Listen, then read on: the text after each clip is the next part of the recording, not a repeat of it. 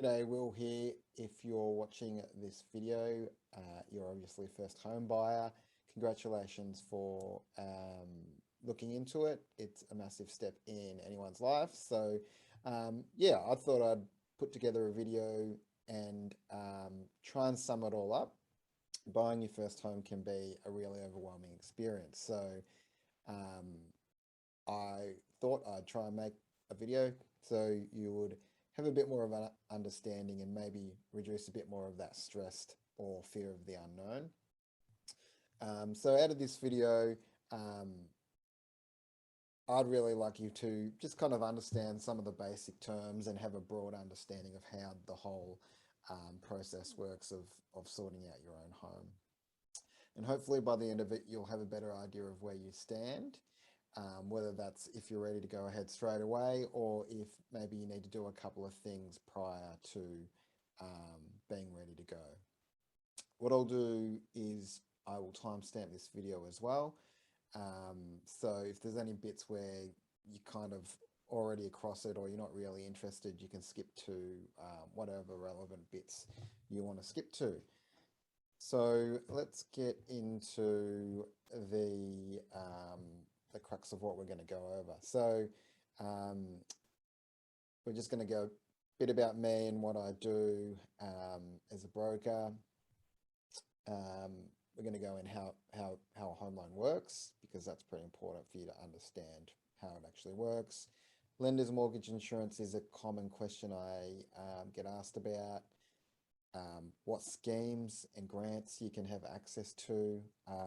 That's always something that it's confusing for me at the best of times because they change so often. How much deposit do you need? Really important. And the actual purchasing process. So what kind of needs to happen and when. Let's get into it. So a bit about me. I run my own mortgage brokering business. I've run that for 10 years now. Came from a Big Four bank, spent some time, 4 or 5 years in a Big Four bank, and decided that wasn't for me. And yeah, the last 10 years I've been helping first homeowners and lots of other borrowers really, but in the Frankston area, yeah, there's a large amount of first homeowners here because we're kind of, we're a little bit further out of Melbourne. So generally we're kind of in an affordable kind of region for first homeowners. So I guess the first question comes out is, what does a mortgage broker do? So most people would have a very basic understanding. So a mortgage broker might find you the best lender. And I've kind of capitalized best there because generally what happens when people don't know what they're doing is they don't know what the best is. So they think the best is the cheapest. Cheapest isn't really ever the best. I mean, sometimes it is, but on the vast amount of occasions, cheapest is definitely not the best, and cheap can be nasty. So as a broker, I'll be honest with you, most of my loans are not the cheapest on the market, but they get approved. So what do I mean by they get approved? You could jump on Google right now and find the cheapest advertised rate on the market. Whether you get approved for that is a different kettle of fish. And the reason why I say that is there's no point going through this whole process, going through the finance process, buying the house that you think is going to be your forever house or for the next 10 years or whatever. And then you get to the last hurdle and your cheap lender decides to A, just not be able to process it in time for the deadline to be reached, and you lose the house, or B, they just decline you straight off at the worst possible time. So a good broker finds you the best lender, but a good broker goes a bit further than just finding you a product with a cheap rate. So for a first homeowner, a good broker will actually hold your hand through the whole ordeal, or the process, I should say. Um, it can be stressful for a lot of people. So for a lot of people, it is an ordeal. Um, but yeah, they'll be able to kind of orchestrate everything from the very first appointment. So they'll be able to figure out what grants and schemes you've got access to. And yeah, as I said before, they can be very confusing at the best of times. And being able to figure out what grants and schemes you've got access to is very important, because if you don't have access to these schemes, or we don't know that you've got access to these schemes, or you qualify for them, then you may not be able to purchase the house or the unit, or whatever you're buying. So a good broker will help you access all of that stuff and figure out if you qualify for it. And I've just listed there, a broker is your expert to help you buy the house. So it's not a cheap loan. You don't want to borrow, $500,000 of cheap debt. What you want is to buy your first home to live in. So I've just written there, let them be your Sherpa. So yeah, it pays to look at things like you're climbing a mountain and you need a Sherpa to help you get to the top of, Mount Everest, for example. So in this case, your broker would be your Sherpa, and I would probably argue your conveyancer as well. So I will get into what a conveyancer does later on, because I know that's probably confusing you as well. So yeah, no tourist just rocks up to base camp on Mount Everest and says, yeah, I'm going it alone. It just doesn't happen. And as a first home buyer, you probably could do it on your own, but you are potentially opening yourself up to making errors, and those errors could stop you from buying your first home. How does the home loan work? So this will be a very basic explanation of how a home loan works. So you, as the borrower, need money to buy a house, and the lender wants you to lend you money, and then they make money by charging you interest on that. But the lender has to do that with a level of security that you're not, that they're not, I should say, going to lose any money. So there has to be an acceptable level of risk. So generally what will happen is a lender's not going to lend you 100% of the value of the property. So they're going to want you to come up with a contribution to that property. So a common one there I've listed is 95% for first home buyers. So what that means is you would need to come up with 5% plus whatever the costs are to purchase the property. That's kind of seen as your bare minimum.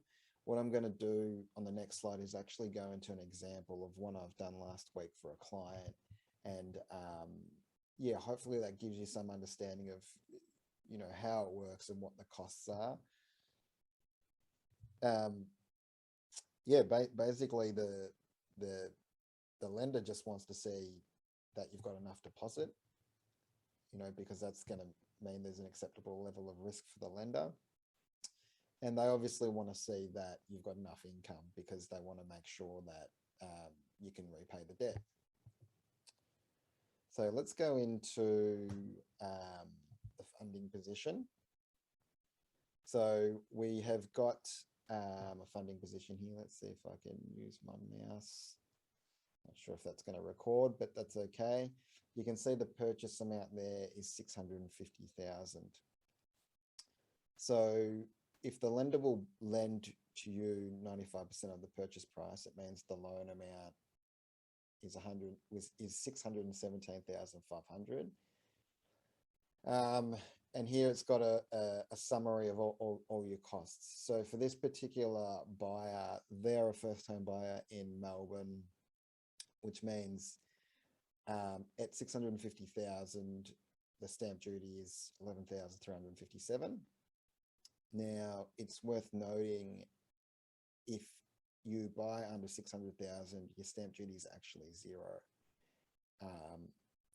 And then above 600,000, it's a sliding scale. So If it's closer to 600,000, it's lower. I think I did a purchase at 620 the other week and it was 4,000. So that gives you some idea of the cost. Involved, there's another couple of small fees: mortgage, registration, transfer of land. So they're all kind of like a state government tax. The same people that charge you the stamp duty are charging you this. Settlement fees and kind of establishment fees from the lender. Sometimes there is a small charge here, like under $1,000, like $500. Sometimes it's not. It just depends on the type of loan you choose. Legal fees, which is your conveyancing, probably not going to be 1,500. It's probably going to be a bit lower, but 1,500 to round it off. And lender's mortgage insurance is zero on here. And the reason it's zero is because I actually got this client access to the first home loan deposit scheme, which at the moment, allows their stamp duty to be $0. So basically, on the column on the left here, it's got cost of your property plus whatever all the costs are to buy, and then you subtract away a loan amount, and you've got this $47,000 here, which is your requirement to go towards this purchase. So you basically got to show this money in your bank account before you apply for the loan. That's pretty much how it works. Very basic, very easy. Let's go to the next slide. So the next one is lender's mortgage insurance. So LMI for short. Not many first home buyers, not many borrowers actually know what mortgage insurance is. And what it is it's an insurance that the lender takes out when the buyer or the borrower has a low deposit. And the reason the lender takes it out is to cover the lender in case the borrower does not pay the loan. So because you've put a low deposit in. So they won't charge mortgage insurance. You can avoid paying mortgage insurance if you got a 20% deposit plus whatever the costs are. Generally, in most cases, first home owners won't have 20% plus costs. So mortgage insurance has to be charged. You can avoid mortgage insurance in another couple of ways. One is using a family guarantor. So what a family guarantor is basically a family member that's got a house already and they want to help you out as a first home buyer. What they do is they put their houses co-security up against your loan. So when you take out the loan, you've got your loan amount, let's say it's 500 grand. You've got your purchase property, which goes security against that. So if you don't pay the loan, the bank can sell the property and get their money back, hopefully, unless the property's gone down. If the property goes down, that's when they do their mortgage insurance claim. But back to the family guarantor, if you've got your property against the loan and you've got a family member's property against the loan, then to the lender, that looks way less riskier for them because they've got two properties against one loan. The other way you can avoid mortgage insurance is first home loan deposit scheme, which I will go into in one of the slides coming up. But basically, the first home loan deposit scheme is the government guaranteeing the loan. So rather than a family guaranteeing the loan with the property, the government just would guarantee the loan with nothing. So yeah, in the event that you don't pay the loan, the government have guaranteed it. So any losses the banks make, the government will foot. What first home buyer schemes can I access? So this one varies depending on state to state. they also change a lot. I mean, in the last kind of 24 months, we've had so many changes to these schemes. It is hard to keep track of, even for myself as a mortgage broker. So I don't know. I can only imagine as a first home buyer, it could be very kind of overwhelming and stressful to figure out if you can actually qualify for these things. So I'm just going to go over them, and I'm going to only go over the ones that apply for Melbourne, because that's where I'm based, and that's where all my clients are as a general rule. I've got a few interstate ones, but most of them are in Melbourne. So the first home loan deposit scheme, which I mentioned previously, is the government guaranteeing the loan. So what this means is you don't get charged any mortgage insurance. To give you some idea, the mortgage insurance could be, 20 or 30 grand. I mean, the maximum purchase price you've got on the scheme now is up to $700,000. And if you were going to do a 95% loan on 700,000, I'm assuming your mortgage insurance cost is going to be around the 30 grand mark. So it's a huge benefit for a first home buyer if you can get access to this scheme. Now, this scheme has limited spots on it. So it's limited to 10,000 people. And once that 10,000 is gone, they don't come back for a while, and they don't kind of really tell anyone if they're coming back or when they're coming back. So far, I think since the start of 2020, we've had 3 rounds of that. Now, one thing to know with that scheme, there's a couple of qualifiers on there. Everyone who applies has to be Australian citizen. So with the first homeowner grant and the stamp duty concession, that's not the case. You can be a PR, but for the home loan deposit scheme, you need to be a citizen. There is an income cap. So if you're single and you earn more than 125 grand a year taxable income, you don't qualify. Or if you're a couple and you earn more than 200 grand a year taxable income, you don't qualify either. That's pretty much it. You need to do the very last year's tax return. So right now it's kind of September, late September. There's still a lot of people that haven't put their tax returns in. You need to have your tax return done to get access to this scheme. The new home guarantee is very similar. It's 10,000 spots, but that's for the purchase of new homes. So where I am out kind of southeast, that's mostly house and land packages, but you can buy a new home off the plan, which is something that is getting built, and you buy the property before the build's finished or just as the build's finished, and you move in and it's brand new. First homeowner grants, this one has been around for quite a while now. It's changed a heap of times. And at the moment, it is basically for new homes. So yeah, house and land are off the plan.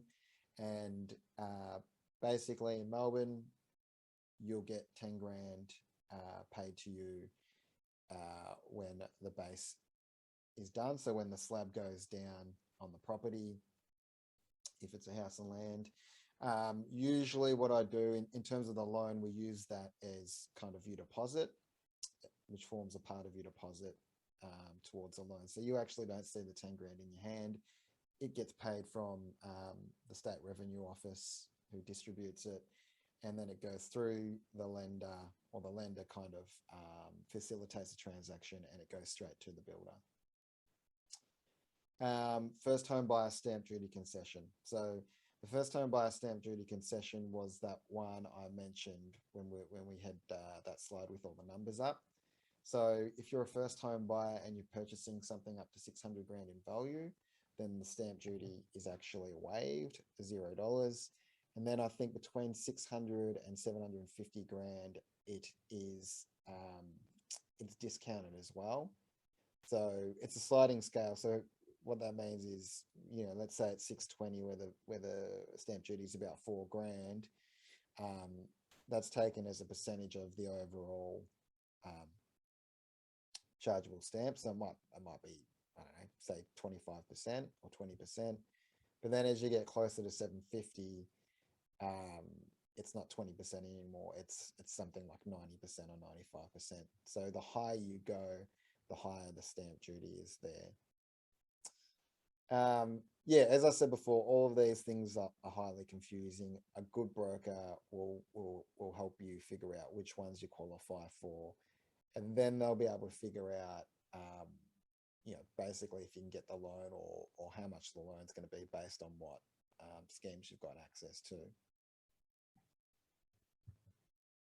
How much deposit do I need?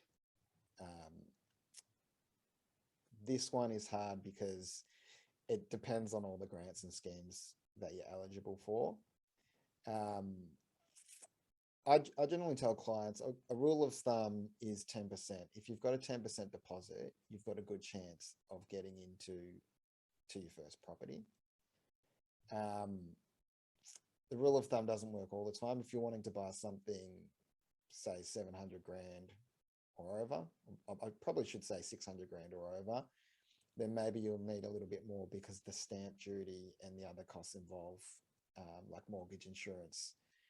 If you're going to get charged, mortgage insurance will go up quite a bit the higher you go in price. So there's no easy answer. Rule of thumb's 10%. I would say the minimum's 5% in terms of what deposit you've got. Another question I get from first home buyers is I get thrown questions around genuine savings or having to have money in their account for 3 months, which is genuine savings. So the genuine savings rule is basically something that's put in by either the lender or the mortgage insurer to make sure that you basically just haven't borrowed or been given 5% from a family member and saved nothing. So that's why they want to see it in your account for 3 months, because they want to satisfy that you've been saving the money. Now, you could have got that money off a family member more than 3 months ago, but that's the rule they put in place. So yeah, that's the genuine savings rule. Yeah, if you're getting 5% from family, then maybe it has to be in the account for 3 months. You can get around if you're getting a large gift from a family member, say if it's 10%. If you've got 10% of the property plus costs, then you can kind of get around that with particular lenders. Now, how much deposit do you need for guarantor loans? Remember that guarantor loan is when you've got a family member that puts their property up as security, as co-security. Guarantor loans, you actually don't need any deposit. You can fund 100% of the purchase price plus the costs, so your stamp duties and whatever costs are involved with the guarantor loan. Now, a lender's going to be a bit more strict on who they say can have access to this loan, and it kind of depends on the guarantor's property as well. But that is another option, and I find that one being exercised a lot more. They're calling it the bank of mum and dad these days, and yeah, just with house prices being so high, yeah, the bank of mum and dad are coming more and more into the fray. So how much deposit do you need? Rule of thumb's 10%, but you could probably get in off 5%. Or if you've got a guarantor, then you don't really need any deposit. So that's basically the home loan process there. So where the home loan process kind of overlaps into the purchasing process is what I'm going to explain now. So this is one where a lot of people, I explain this to a lot of clients in the first meeting, and this is the one where it's like, oh, okay, that part of it comes together. I'm a lot more confident now. So I'm just going to take a few minutes to go over it. So you get pre-approved. So you come to your broker. They sort out the finance. Now the finance, time-wise, it really just depends on how you qualify, who you qualify with, what that individual lender's turnaround times are. The pre-approval could be anywhere from 2 weeks to 4 or even 6, worst case scenario. But once you're pre-approved, you're ready to go shopping. Before you're ready to go shopping, you definitely need your conveyancer in place. So your conveyancer basically just helps you with the transfer of the property from the vendor's name to your name. So that means you give them a copy of the contract before you sign it or as you sign it, so they can have a look over the contract just to make sure there's no kind of clauses in there that are disadvantageous to you. The other thing I've got there is buyer agent. So traditionally out here in the suburbs, you know, buyer agents haven't really been used for first home buyers, but we're in a market now where the market is hot and buyers agents access properties that are off the market. So before they even get onto the market, a lot of these properties are sold. So you're not even seeing them on realestate.com.au. So the buyer agent has access to them. Obviously they negotiate for you. So yeah, a lot of first home buyers are using buyers agents. Obviously, if you're doing a buyer's agent, you need to set them up before shopping for your home. But yeah, then you go shopping, which is the fun part. If you can secure something reasonably quick. So let's say you're in this situation where you go to an open home, you like the property, you chat with the agent agrees, chats to the vendor, and then you agree on a price. Excellent. There's 2 things you want in this contract. And I should say 2 things you want, and that's a general rule. So you don't have to have them, but generally you want them because they protect you. So number 1 is the finance clause. So the finance clause is in place if the bank turns around and says, no, I don't like this property. For whatever reason, they might think you've paid too much for it. They might not like the type of property, or there might be, you know, something that's not right with it. For example, I had a brick one with a massive crack down the wall, which the valuer commented on, and the bank decided to decline the loan. So in the case the bank declines the loan, the finance clause allows you to back out of the contract without any kind of fees or charges being charged. One thing to note, finance clause is also known as subject to approval. So they're the same things. Building and pest inspection clause basically covers you if, you know, say you send a building inspector in there, building and pest inspector in there, and there's something structurally wrong internally. It allows you, again, to back out of the deal without kind of any kind of fees or charges. You do have to pay for the building and pest inspection, but in terms of the contract, you can back out of the contract to buy the house. Building and pest. Yeah, I will just say one thing before I move on is the pest is actually pretty important, because if that thing's termite ridden, your insurance doesn't cover you for termites, as best as I know, unless something's changed. So you definitely want to make sure you haven't bought something that's falling over. Yeah, so assuming all that's done, finance is approved, you're happy with it, loan documents will get sent out. So yeah, the approval's really the milestone. Once the loan's approved, and I call, or the broker calls straight away, that's kind of awesome. You know, this is a major step. You're almost into your own home. So once that's done, the loan documents come out. A lot of lenders these days, what they're doing is sending everything out via eDocs. They changed the laws in Victoria a few months ago that you could sign title documents via eDocs. So a lot of that's done. Either that or your broker will help you sign the loan documents up. And from there, you're basically going to settlement. So from settlement, your conveyancer will sort your settlement out. So they will, they will tee up the vendor's lender. If they've got a lender, they'll tee up your lender and they'll sort the settlement out. What I'd like to say in closing is that I want to go back to the old kind of use your Sherpas. If you have a good broker and a good conveyancer to help you through the process, none of this stuff will be too difficult for you because they're the ones that are guiding you along the way.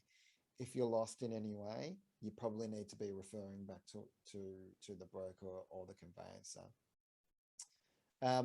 That's it, guys, for me. I hope that is plenty of information for you. If you've watched the whole way, it's probably plenty of information already. If you're genuinely serious about doing something, your next step is probably to get in touch with a broker, figure out your borrowing capacity, if you qualify for the grants and schemes and all that sort of stuff. Yep, I'm happy to help. My contact details will be somewhere embedded in this video or below this video. Yeah, good luck, happy shopping. Any other questions, I'm happy to answer. Cheers.